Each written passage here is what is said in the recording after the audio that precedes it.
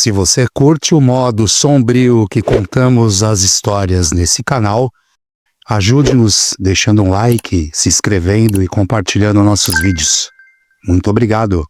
Agora vamos embora para mais uma Loca Pop. Would you be a musician if nobody ever heard you? Sure. Why? Because I love music. It's in my head. I can't get it out. So you listen. Yeah. You're hearing it yourself. I hear it now.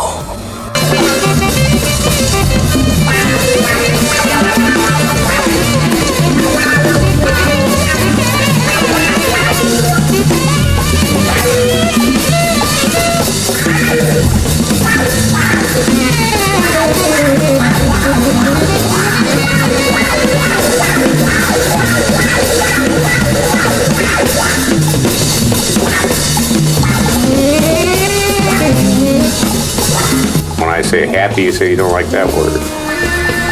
For me, knowledge is happiness for me. If I learn something, that makes me, Still learning? yeah. I learned something the other night. I learned something last night.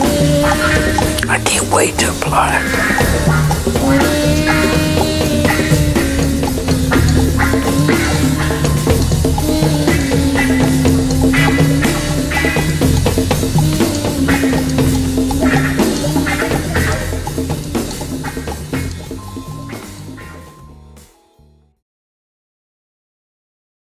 Miles em Estilhaços.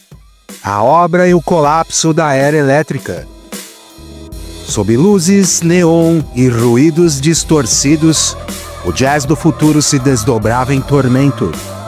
Entre riffs eletrificados e batidas viscerais, Miles Davis gravava sua própria queda. E este é o relato brutal e sem filtros de um gênio que empurrou a música e sua vida para o abismo. Até onde vai a genialidade antes de se tornar destruição? Bette Davis, a faísca e a ferida. Antes da eletricidade tomar conta de sua já consolidada música, quando era considerado o maior músico de jazz tradicional do mundo há algumas décadas, Miles conheceu Betty Mabry, jovem cantora, modelo e futura ícone do funk psicodélico. Em 1968, ela se tornaria sua esposa e seu catalisador. Foi Betty quem apresentou a Miles a artistas como Sly and the Family Stone, Jimi Hendrix, James Brown e a energia crua do rock psicodélico e do funk nascente. Sem Betty, dificilmente haveria Beaches Brew ou On the Corner.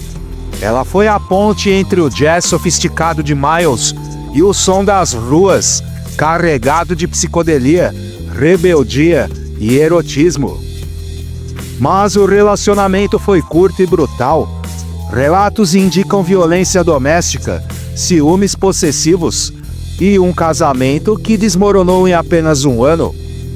Betty mais tarde se tornaria a provocadora e cultuada Bette Davis, a pioneira do funk feminino radical, mas sempre marcada pela sombra de ter sido violada e controlada por um gênio em decadência moral.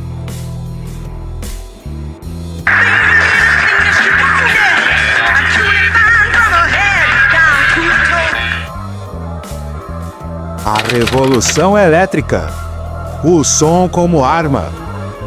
A partir de In a Silent Way, de 1969, e, sobretudo, Beaches Brew, de 1970, Miles abandonou o jazz modal e mergulhou num abismo sonoro inédito. Baterias múltiplas, guitarras elétricas, teclados distorcidos e camadas sobrepostas criavam uma música densa, caótica e futurista. Em Live Evil, de 1971, Miles misturou gravações de estúdio com apresentações incendiárias no Cellar Door Club, trazendo Keith Jarrett e John McLaughlin num transe sonoro.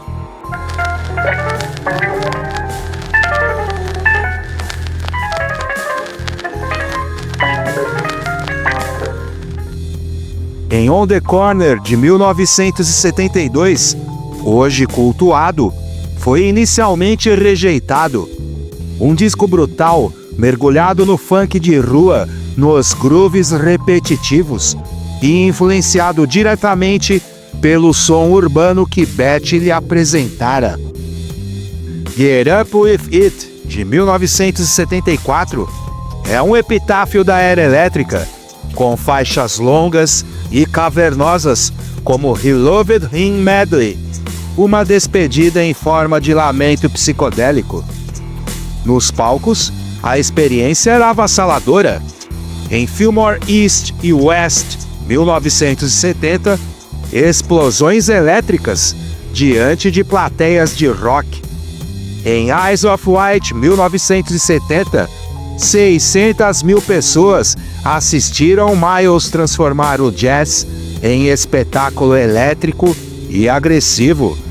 Em Dark Magus, de 74, Agartha e Pangaea, de 75, rituais de destruição musical, com guitarras em transe e ritmos brutais, mais próximos do noise e do rock experimental do que do jazz. Colapso interno, corpo e espírito à beira do fim. Enquanto reinventava a música, Miles desmoronava. Sofria com osteoartrite, anemia falciforme, úlceras, bursite, além do abuso de álcool e substâncias. Seu corpo era corroído. E havia o lado sombrio da violência. Amigos e biógrafos relatam agressões a mulheres, incluindo Betty Davis. Em uma entrevista, Miles confessou sobre ter quebrado o maxilar de uma parceira, dita com frieza clínica. O mito do gênio encontrava o abismo do homem. Em 1975, após o Newport Jazz Festival, Miles se retirou. Isolou-se em seu apartamento, envolto em entorpecentes e paranoia. Muitos acreditaram que o maior nome do jazz havia acabado. O retorno dos mortos-vivos.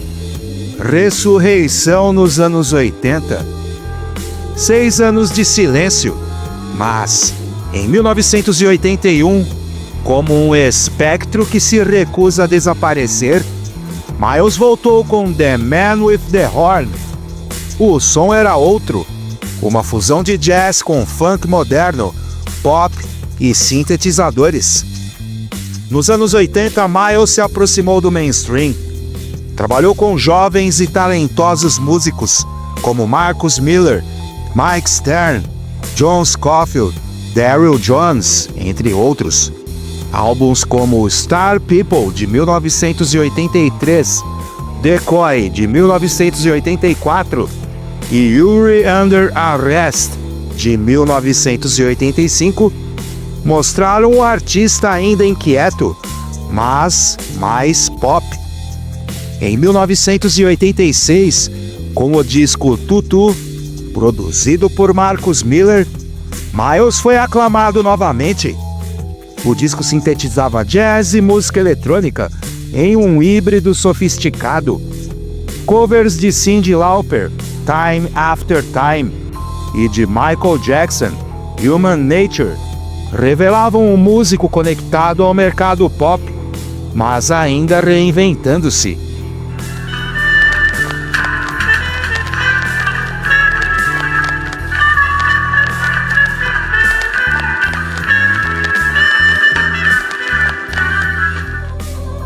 Sua carreira não havia terminado em 1976, mas quase terminou. Ele voltou, ferido, transformado, talvez irreconhecível, mas ainda vivo. O fio da navalha da arte. A era elétrica de Miles Davis é um testemunho de criação e autodestruição. Betty Davis acendeu a faísca que o lançou ao funk, ao rock e à psicodelia. Os discos Beaches Brew, Live Evil, On the Corner, Get Up With It, Dark Magus, Agartha, Pangaea são monumentos de ruptura. Mas a pergunta ecoa: até onde um músico pode ir por sua obra? Quantos pedaços de si mesmo e de quem está ao seu redor ele precisa sacrificar para erguer a sua revolução?